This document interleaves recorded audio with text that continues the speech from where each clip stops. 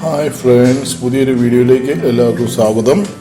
ഇന്നിവിടെ ഉണ്ടാക്കുന്നത് നാരങ്ങ കൊണ്ട് ഉള്ള ഒരു അച്ചാറാണ്. വളരെ സ്വാദിഷ്ടമായൊരു വിഭവമാണിത്.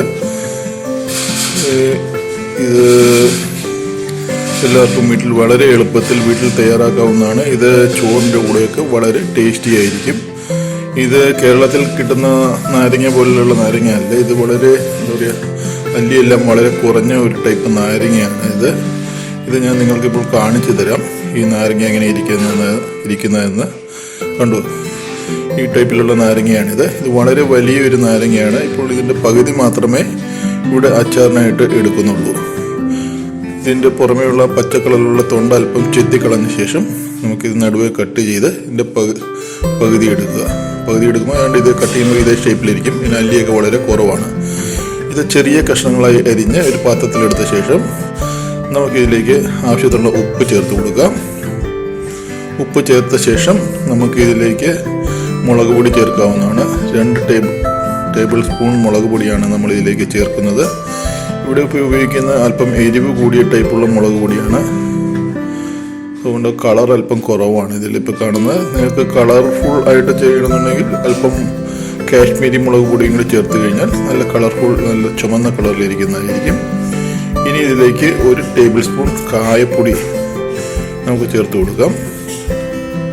ഈ കാണുന്ന സ്പൂൺ കറക്റ്റ് സൈസ് അല്ല, എന്നിരുന്നാലും നമുക്ക് ഉദ്ദേശം 1 ടേബിൾ സ്പൂണോളം കായപ്പൊടി ചേർത്ത് കൊടുക്കാവുന്നതാണ്.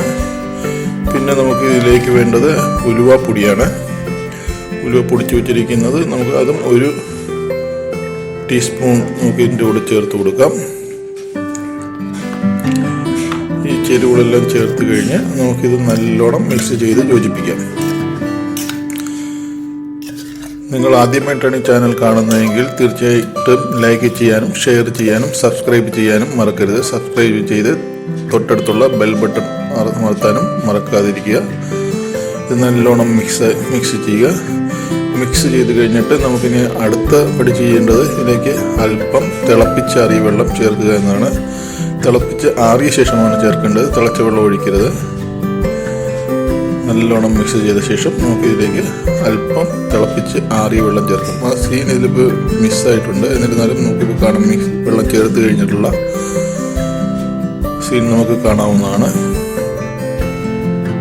നല്ലോണം മിക്സ് ചെയ്ത ശേഷം അല്പം മതി, അധികം വെള്ളം ചേർക്കേണ്ട കാര്യമില്ല. കണ്ടോ, ഇങ്ങനെ വെള്ളം ചേർത്ത് കഴിഞ്ഞുള്ള സീനാണ് ഈ കാണുന്നത്.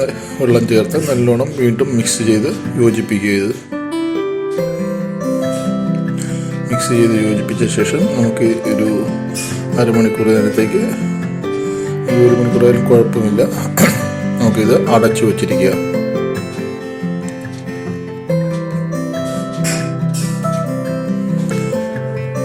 അടച്ചു വെക്കുക. നമ്മൾ കുറച്ച് നേരം അവിടെ ഇരിക്കട്ടെ. ഇത് നല്ലോണം ഒന്ന് ഉപ്പും മുളകും എല്ലാം ഇതിൽ പിടിക്കുന്നതായിരിക്കും. ചെറിയ ചൂടാറിയ വെള്ളം ചേർത്ത് കഴിയുമ്പോൾ ഇതിൻ്റെ നല്ലോണം എല്ലാം കൂടി യോജിച്ച് നല്ലൊരു ടേസ്റ്റ്ഫുൾ ആയിത്തീരുന്നതായിരിക്കും. ഇങ്ങനെ വെച്ച ശേഷം നമ്മൾ തുറക്കുമ്പോഴുള്ള അച്ചാറാണ് ഇത് കാണുന്നത്. എല്ലാം കൂടി നല്ലൊരു ഫോമിലായിട്ടുണ്ട്. അച്ചാറിൻ്റെ നല്ലൊരു ഫോമിൽ ആയിട്ടുണ്ട് ഇത്. ഇനി നമുക്ക് ചെയ്യേണ്ടത് എന്താണെന്ന് വെച്ചാൽ ഇതിലേക്ക് അല്പം കടുക് എല്ലാം കൂടി പൊട്ടിച്ചിടുക എന്നുള്ളതാണ്. ഇതിലേക്ക് വേണ്ടിയിട്ട് നമ്മൾ ഒരു പാത്രം അടുപ്പത്ത് വെച്ച് ചൂടാവുമ്പോൾ ഇതിലേക്ക് നല്ലെണ്ണ ഒഴിച്ചു കൊടുക്കുക. ഏകദേശം 2 ടേബിൾ സ്പൂണോളം നല്ലെണ്ണയാണ് ഇപ്പോൾ ഇവിടെ ഒഴിക്കുന്നത്.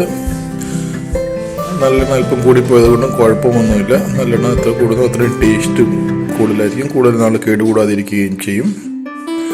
നല്ലെണ്ണ നല്ലോണം ചൂടായി കഴിയുമ്പോൾ നമുക്കിതിലേക്ക് കടുകിട്ട് കൊടുക്കാം. കടുകിന് ശേഷം അല്പം ഉലുവയും ഇട്ട് കൊടുക്കാവുന്നതാണ്. അധികം ഉലുവ വേണ്ട, ഒരു 5-6 ഉലുവ ഇട്ട് കൊടുത്താൽ മതി. കടുകിൻ്റെ കൂടെ അതും കൂടി നല്ലോണം മൂത്ത് വരുന്നതായിരിക്കും. ഉലുവ ചേർത്ത് ഇപ്പോൾ ഈ കടുക് ഉലുവയെല്ലാം പൊട്ടിക്കഴിയുമ്പോൾ ഇതിലേക്ക് നമുക്ക് 2 വറ്റൽ മുളക് ചേർത്ത് കൊടുക്കാവുന്നതാണ്. പൊട്ടിച്ചിട്ടിരിക്കുകയാണ്. ഇത് കൂടി നല്ലൊരു സ്മെല്ല്, വറ്റൽമുളകും കൂടി ചേർത്ത് കഴിയുമ്പോൾ നല്ലൊരു സ്മെല്ല് കൊണ്ട് വരും. ഇതിലേക്ക് നമുക്ക് 2 പച്ചമുളക് ചെറുതായിട്ട് അരിഞ്ഞ 2 പച്ചമുളക് ചേർത്ത് കൊടുക്കാവുന്നതാണ്. പച്ചമുളക് അതിൻ്റെ കൂടെ നല്ലോണം മൂത്ത് വരുന്നുണ്ട്, പച്ചമുളകെല്ലാം കൂടി. ഇനി ഇതിലേക്ക് നമ്മൾ നേരത്തെ തയ്യാറാക്കി വെച്ചിരിക്കുന്ന നാരങ്ങ അച്ചാർ ഇട്ട് നല്ലോണം മിക്സ് ചെയ്യേണ്ടതാണ്. പതുക്കെ നാരങ്ങ ഇതിലേക്ക് മൊത്തമായിട്ട് ഇട്ട് കൊടുക്കുക. എന്നിട്ട് ഇത് നല്ലോണം മിക്സ് ചെയ്ത് യോജിപ്പിക്കുക. നമുക്ക് ഫ്ലെയിം ഓഫ് ചെയ്യാവുന്നതാണ്. ഇത് ചൂടാക്കേണ്ട കാര്യമൊന്നുമില്ല. ഈ എണ്ണയിൽ നല്ലോണം ഒന്ന് എല്ലാം കൂടി നല്ലോണം മിക്സ് ചെയ്യുക. ഇപ്പോൾ നമ്മുടെ അച്ചാർ റെഡിയായി കഴിഞ്ഞിരിക്കുകയാണ്. ഇത് നല്ലോണം മിക്സ് ചെയ്ത് കഴിഞ്ഞാൽ അല്പം തണുത്ത് കഴിയുമ്പോൾ ഇത് നമുക്കൊരു കുപ്പിയിലേക്കാക്കി സൂക്ഷിക്കാവുന്നതാണ്. ഇത് ചോറ് കഴിക്കുമ്പോഴെല്ലാം നമുക്ക് കഴിക്കാൻ വളരെ നല്ലതായിരിക്കും. ഇതിലൂടെ നല്ല കോമ്പിനേഷനാണ്. ഇതിപ്പോൾ നമ്മുടെ അച്ചാർ അങ്ങനെ റെഡി ആയിരിക്കുകയാണ്. ഉണ്ടല്ലോ. ഇനി മറ്റൊരു വീഡിയോയുമായിട്ട് വരുന്നവരെ എല്ലാവർക്കും നന്ദി, നമസ്കാരം. സബ്സ്ക്രൈബ് ചെയ്യാൻ ആരും മറക്കാതിരിക്കുക.